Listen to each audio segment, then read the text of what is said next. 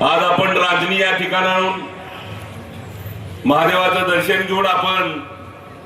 प्रचाराचा शुभारंभ केलेला आहे आणि या प्रचाराच्या शुभारंभ प्रसंगानं बऱ्याच जणांची भाषणं झाली आणि म्हणून आपल्याला सर्वांना एक विनंती करायची आहे की ह्या वेळची जिल्हा परिषद पंचायत समिती गेल्या महिन्यापासून मी आणि परिचारक साहेब आम्ही कॉन्टॅक्ट मध्ये होतो की आमचे व्हाईस चेअरमन भारतनाना असतील, शहाजी साळुंखे असतील, तालुका अध्यक्ष आमचे अनिल नागटिळक असतील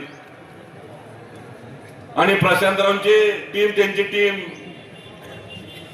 मला वाटतं भगवानराव चौगुले आणि आमचे तानाजीराव वाघमोडे ही टीम असेल, यांच्याबरोबर चर्चेची विचाराची देवाणघेवाण झाली आणि मग आपण महायुतीच्या माध्यमातून प्रजा आपण सर्वजण मिळून महायुती करूया आणि कुठल्या जागा कशा सोडवायच्या या पद्धतीने आम्ही सर्वांनी निर्णय बऱ्यापैकी फायनलला आणला।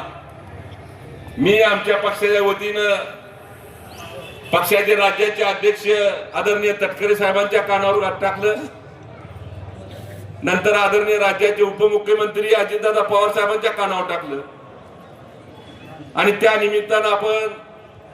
राष्ट्रवादी या चिन्हावर काही ठराविक ठिकाणी उमेदवार अर्ज भरले आणि मग गेल्या 2 दिवसापूर्वी घडामोडी झाल्या आणि मग सगळ्या गोष्टी आमच्यापर्यंत आल्या आणि आम्ही सर्व माहितीच्या माध्यमातून पुढे चाललो होतो आणि मग अचानक बी फॉर्म दुसऱ्याच गाड्याला मालक केलं आणि मग त्याच्यामुळे ह्या सगळा डिस्टर्ब झाला। तरी पण परिचारक साहेब आणि भाजपचे जिल्ह्याचे अध्यक्ष आणि राज्याचे आपले सोलापूर जिल्ह्याचे पालकमंत्री जयकुमार गोरे साहेब यांच्या कानावर, या तिघांच्या कानावर टाकल्यानंतर यांनी प्राधान्याने गणेश पाटील असतील, समाधान काळे असतील, आम्ही युवराजदादा सर्वजण मिळून त्यांना भेटलो आणि त्यांनी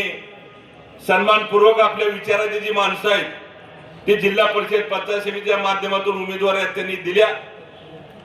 आणि त्यांनी एवढंच सांगितलं आपल्याला कमळ घ्यावं लागेल, तर कमळ जिंदाबाद आपल्याला करावं लागेल इथनं पुढे। कारण मगाशी मार्गदत्ता भोसले आमचे ज्येष्ठ सहकारी आदरणीय दादा बोलले, कारण हा तालुका एक वेगळ्या विचाराचा आहे, एक वेगळा वारसा ह्या तालुक्याला आहे। कारण मोठे मालक असतील, आदरणीय यशवंतभाऊ असतील, आदरणीय दादा असतील, आदरणीय भारतनाना बालके असतील, राजूबापू पाटील असतील, त्या विचाराच्या माध्यमातून आपण सर्वजण मिळून पुढे चाललेलो आहे आणि त्यांचे विचार घेऊन आपल्याला पुढे जायचं असेल तर ह्या लोकांनी फक्त तालुक्याचा विकासच बघितला आणि मग त्याच माध्यमातून आम्ही सुद्धा तीच भूमिका आपण करण्याची जबाबदारीने भान ठेवून या तालुक्याचा विकास झाला पाहिजे, पुढची माणसं बसले त्यांचा विकास झाला पाहिजे, ग्रामीण भागातले सर्व प्रश्न मार्गी लागले पाहिजे, ह्या विचारानं आपल्याला सर्वांना आम्ही सगळेजण एकत्र आलेलो आहे